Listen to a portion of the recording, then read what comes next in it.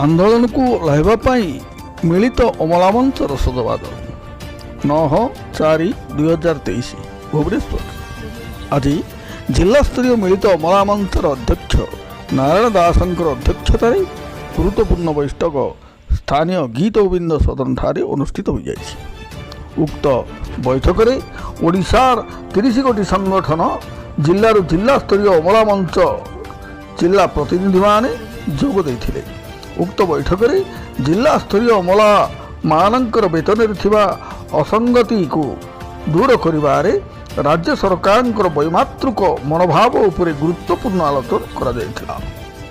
वेतन वृद्धि नहीं राज्य सरकार टालटूल नीति को नहीं जिला स्तरीय अमला मानकर मध्य तीव्र असंतोष प्रकार पाइथिबा देखा देथिला। राज्य सरकार 2017 मसीहा ठारू जिला स्तरीय अमला मानकर प्रवेशिका शिक्षागत योग्यता स्नातक सहित कंप्यूटर ज्ञान करथिले मध्य वेतन रे कौन प्रकार अभिवृद्धि करना बोली एठी प्रकाश करथिले।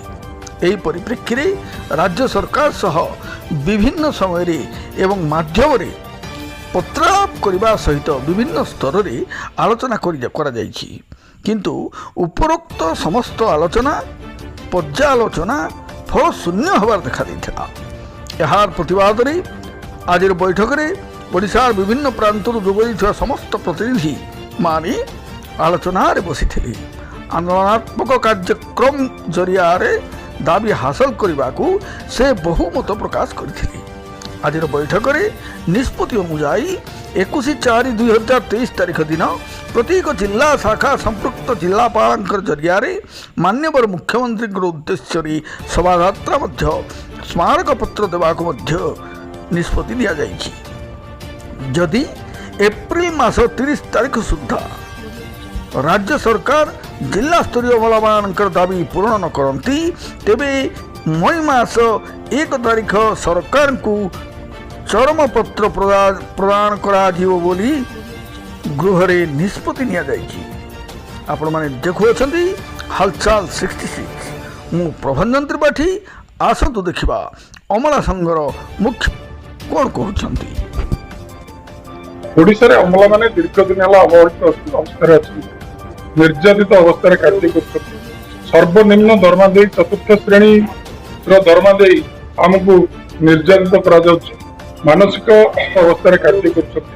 सर्वनिम्न दरमा दे चतुर्थ श्रेणी रो दरमा दे हमकु निर्यातित करा जाउछि।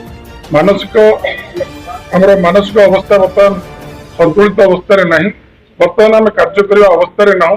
सरकार को बारंबार दाबी जणाया सत्वे सरकार कौन प्रकार पदक्षेप पर्यंत नौ ना।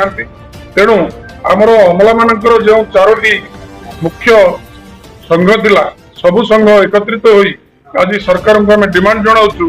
आज अल्टीमेटम देवु सरकार जदि गोटे निर्दिष्ट तारीख भितर आम दाबी को ग्रहण न करती तेरे दुर्बार आंदोलन हम एवं सरकार दायी रही। हाथ जोड़ी नमस्कार करुची मिलित मंचर शांतनु कुमार बर एवं ओडिशा अमला संघर गणमाध्यम संपादक अच्छी। आम जिलूर जो मीटिंग होता मार्च 14 से गोटे निष्पत्ति होता राज्य मिलित अमला मंच जहाँ भी आमको निर्देश देव आम मानवु। किंतु जितेबाला जाए आमर झील न बाहरी आम से जाए आंदोलन ओहरबू ना। झील बाहर पर्यंत आम राजरास्ता मसूरी टांगी रही किंतु झील बाहर न बाहर पर्यंत आम बाहरबू ना।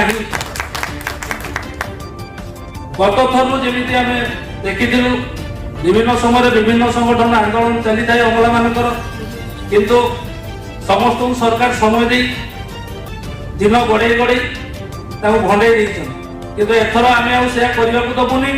झील जिते जाए न बाहरी आम से राजरास्ता छाड़ू ना। जय जगन्नाथ।